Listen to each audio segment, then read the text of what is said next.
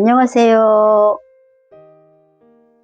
평화를 사랑하는 세계인으로 문선명 총재님 자서전입니다. 오늘은 93쪽에서 98쪽까지 훈독하겠습니다. 제목은 제발 죽지 말고 버텨다오입니다. 계속 기도에 정진하던 중 결혼할 때가 되었음을 직감했습니다. 하나님의 길을 가기로 한 이상 내 인생의 모든 과정은 하나님에 의한 것들입니다. 기도를 통해 그것을 알게 되면 따르는 수밖에 없습니다. 그래서 중매를 잘 서는 이모에게 다리를 놓아달라 하여 정주의 이름난 기독교 집안의 딸인 최선길과 선을 보았습니다. 선을 본 처자는 아주 태바른 집안에서 나고 자란 알뜰한 여자였습니다. 소학교밖에 나오지 않았지만 티끌만큼도 남의 신세를 지기 싫어하는 성격으로 신사참배를 거부해서 16살 때에 감옥살이를 했을 정도로 주관이 뚜렷하고 신앙이 깊은 처자였습니다. 내가 24번째 신랑감이었다고 하니 신랑감을 고르고 골랐던 모양입니다. 하지만 나는 서울로 돌아가서는 선을 받던 사실마저 까마득히 잊었습니다.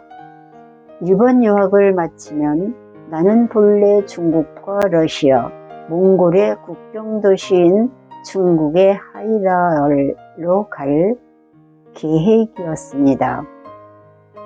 만주 전업에 취직해 3년쯤 살면서 소련말과 중국말, 몽골말을 배울 생각이었습니다.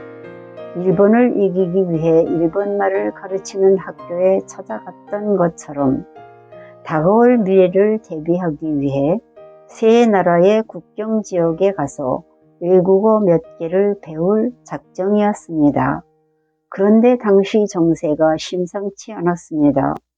아무래도 만주에 가서는 안 될 것 같아 취직하려던 회사에 사표를 내려고 만주 전업 안동현 지점에 들렸다가 고향에 돌아와 보니 중매를 섰던 이모가 난리를 쳤습니다.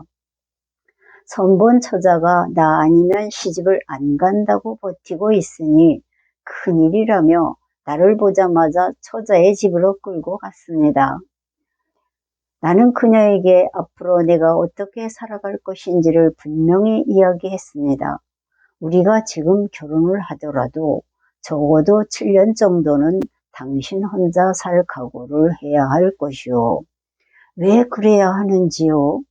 나에게는 결혼 생활보다 더 중요한 일이 있어.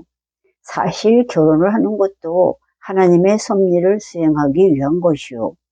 우리의 결혼은 가정을 넘어 민족과 인류를 사랑할 수 있는 자리까지 나아가지 않으면 안 돼요. 내 뜻이 이러한데도 진심으로 나와 결혼하고 싶소? 그러자 처자는 아무래도 좋습니다. 당신을 보고 난 뒤에 달빛 속의 꽃이 만발한 꿈을 꾸었으니 당신은 하늘이 내게 주신 배필이 확실합니다. 그러니 어떤 어려움이 있더라도 참을 수 있습니다. 하고 야무지게 대답을 했습니다. 그래도 걱정이 된 나는 여러 차례에 걸쳐 단단히 다짐을 받았습니다. 그럴 때마다 처자는 당신과 결혼만 할 수 있다면 무엇이라도 다 할 터이니 아무 걱정 마십시오 라며 나를 안심시켰습니다. 그런데 결혼식을 올리기 일주일 전에 장인 될 어른이 갑작스레 돌아가셨습니다. 그 바람에 잡아놓은 날짜보다 결혼식이 늦어져 1944년 5월 4일에 혼례를 올렸습니다. 5월이면 화창한 봄날이건만 그날은 비가 억수같이 쏟아졌습니다. 예수교의 이호빈 목사가 주례를 섰습니다. 이호빈 목사는 광복 후에 월남하여 초교파적 중앙신학원을 설립한 사람입니다. 신혼 살림은 자취를 하던 흑석동에서 시작했습니다. 아이고, 색시가 얼마나 예쁘면 저렇게 결혼하러 좋다누? 하던 하숙집 아주머니의 말대로 나는 아내를 진심으로 아끼고 사랑했습니다. 당시 나는 용산에 있는 가시마구미 토목회사의 경성지점에 취직을 해서 회사 일과 교회 일을 함께 보고 있었습니다. 그런데 그해 10월 신혼집으로 느닷없이 일본 경찰이 들이닥쳤습니다. 와세다 대학 경제학부에 다니던 아무개를 아느냐 하고 묻더니 대답도 기다리지 않고 나를 경기도 경찰부로 끌고 갔습니다. 공산주의자로 잡혀간 친구의 입에서 내 이름이 나온 것이 이유였습니다. 경찰에 잡혀간 나는 다짜고짜 고문부터 당했습니다. 네 놈도 공산당 맞지? 일본 유학 시절에 그 자식하고 같이 일했잖아. 네가 아무리 아니라고 우겨봐야 소용없다. 일본 경시청에 물어보면 다 나오게 돼 있어. 공연히 개죽음 당하지 말고 공산당 놈들 이름을 줄줄이 대란 말이다. 일본에서 같이 활동했던 친구들 이름을 대라며 책상다리 4개가 다 부러지도록 맞았지만 나는 끝끝내 말하지 않았습니다. 그러자 일본 경찰은 흑석동 신혼집을 뒤져 내 일기장을 찾아왔습니다. 일기장을 한 장 한 장 넘겨가며 친구들의 이름을 찾아냈지만 죽기를 각오하고 아니라고 버텼습니다. 일본 경찰은 징을 박은 군화발로 내 몸을 사정없이 짓이긴 뒤 내가 죽은 듯이 축 늘어지면 천장에 매달고 흔들었습니다. 나는 정육점의 고깃덩어리처럼 그들이 막대기로 미는 대로 이리저리 흔들렸습니다. 그러면 내 입에서 시뻘건 피가 울컥울컥 쏟아져 시멘트 바닥을 적셨습니다. 나는 몇 번이나 정신을 잃었습니다. 찬물을 한 양동이 뒤집어 쓰고 정신이 들면 다시금 고문이 시작되었습니다. 굴을 잡은 뒤에 양은 주전자를 입속에 넣은 채로 무한정 물을 먹인 뒤에 바닥에 쓰러뜨리고는 개구리처럼 부풀어 오른 배를 군화발로 짓이겼습니다. 식도를 타고 넘어온 물을 사정없이 토하고 나면 눈앞이 깜깜해지고 아무것도 보이지 않았습니다. 그런 날이면 식도가 타들어가듯이 아파 멀건 국물 한 모금도 못 넘기고 기운이 없어 맨바닥에 엎드려서 꼼짝도 못했습니다. 일본 유학 시절부터 걸핏하면 끌려가 고문을 당하면서 나는 고문을 견디는 나만의 방법을 갖게 되었습니다. 간수가 내 번호를 부르면서 굳게 닫힌 철문을 여는 동안 나는 미련한 짐승처럼 내 손등이며 손가락을 깨물어 상처를 냅니다. 그냥 슬쩍 무는 것이 아니라 살이 찢기고 피가 나도록 깨뭅니다. 그러면 하루 종일 군화에 차이고 거꾸로 매달려도 목숨을 지킬 수 있습니다. 고통에 못 이겨 온몸을 뻗대며 나뒹굴 때마다 손등에 난 상처에서 검은 피가 흘러나와 내 생명을 지켜주었습니다.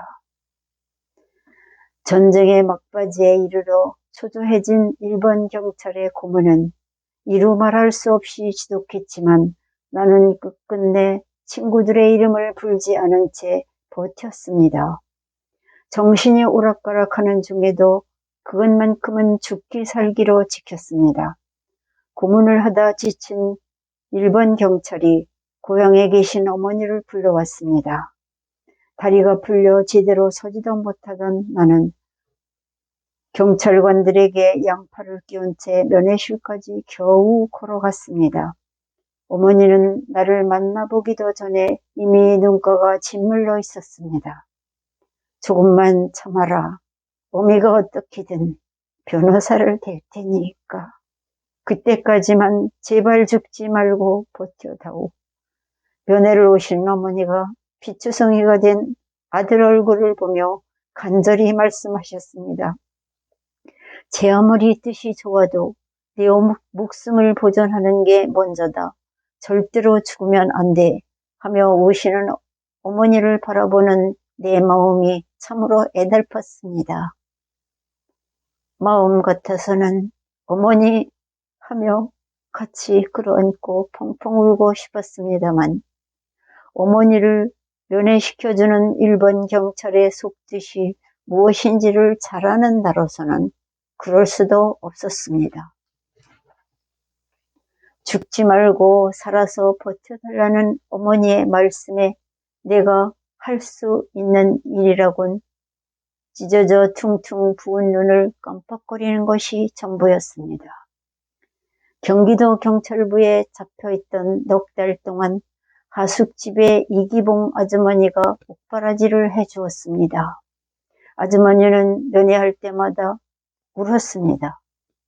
그러면 나는 조금만 견디시면 이 시절이 끝납니다. 얼마 못 가 일본은 망할 테니 울지 마십시오 하고 위로를 했습니다. 그냥 하는 말이 아니라 하나님이 내게 주신 믿음이었습니다. 이듬해 2월 경찰서에서 풀려 나오자마자 나는 하숙집에 쌓여있는 일기장을 싸들고 한강 모래밭으로 갔습니다. 그러곤 더 이상 친구들한테 피해가 가는 일이 없도록 그 많은 일기장을 다 태웠습니다. 그대로 둔다면 내가 감옥에 잡혀갈 때마다 화근이 될지도 모를 일이었습니다. 고문으로 망가진 몸은 쉽게 회복이 되지 않았습니다. 오래도록 혈변을 보며 몸을 추스르지 못해 애를 먹는 나를 하숙집 아주머니 형제들이 정성껏 돌보아 주었습니다.